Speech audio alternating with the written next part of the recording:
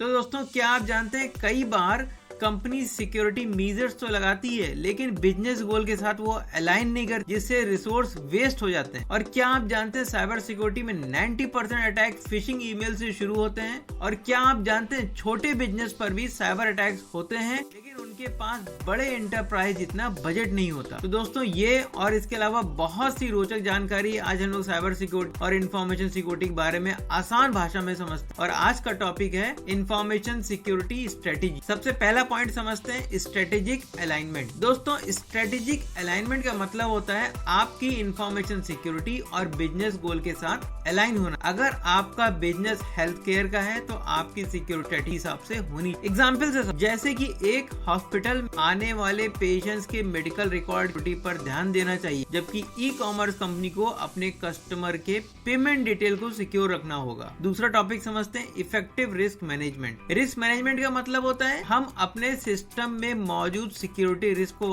Identify करें और का एनालिसिस भी करें और उन्हें मिनिमाइज करें। एग्जाम्पल से समझते हैं, मान लीजिए आपकी कंपनी के एम्प्लॉय फिशिंग ईमेल खोलते हैं और उसका रिस्क मैनेजमेंट सोल्यूशन ये हो सकता है कि आप एम्प्लॉय को सिक्योरिटी अवेयरनेस ट्रेनिंग दें और एक अच्छा ईमेल फिल्टरिंग सिस्टम भी लगाएं। तीसरा पॉइंट समझते हैं वैल्यू डिलीवरी। दोस्तों सिक्योरिटी स्ट्रेटेजी मकसद सिर्फ डेटा को प्रोटेक्शन करना नहीं बल्कि बिजनेस वैल्यू भी बढ़ाना होता है। अगर सिक्योरिटी मेजर्स बिजनेस ऑपरेशन को स्लो कर दें तो यह फायदेमंद नहीं होगा। एक एग्जांपल से समझते हैं, अगर एक ऑनलाइन शॉपिंग वेबसाइट ने इतना स्ट्रिक्ट सिक्योरिटी लगाया है कि यूजर को लॉग इन करने में ही 10 मिनट लग गए तो कस्टमर एक्सपीरियंस खराब हो जाएगा। इसको बैलेंस बनाना जरूरी हो। चौथा पॉइंट समझते हैं रिसोर्स ऑप्टिमाइजेशन। दोस्तों साइबर सिक्योरिटी में रिसोर्स जैसे कि टाइम, मनी और मैन पावर को सही से इस्तेमाल करना बहुत जरूरी होता है। एक एग्जांपल, एक स्टार्टअप के पास बड़े एंटरप्राइज जितना बजट नहीं होता लेकिन वो क्लाउड सिक्योरिटी सर्विस यूज कर सकता है जिससे कॉस्ट इफेक्टिव तरीके से सिक्योरिटी मिल सके। अगला पॉइंट समझते हैं परफॉर्मेंस मेजरमेंट। दोस्तों सिक्योरिटी स्ट्रेटेजी इफेक्टिव है या नहीं इसे चेक करने के लिए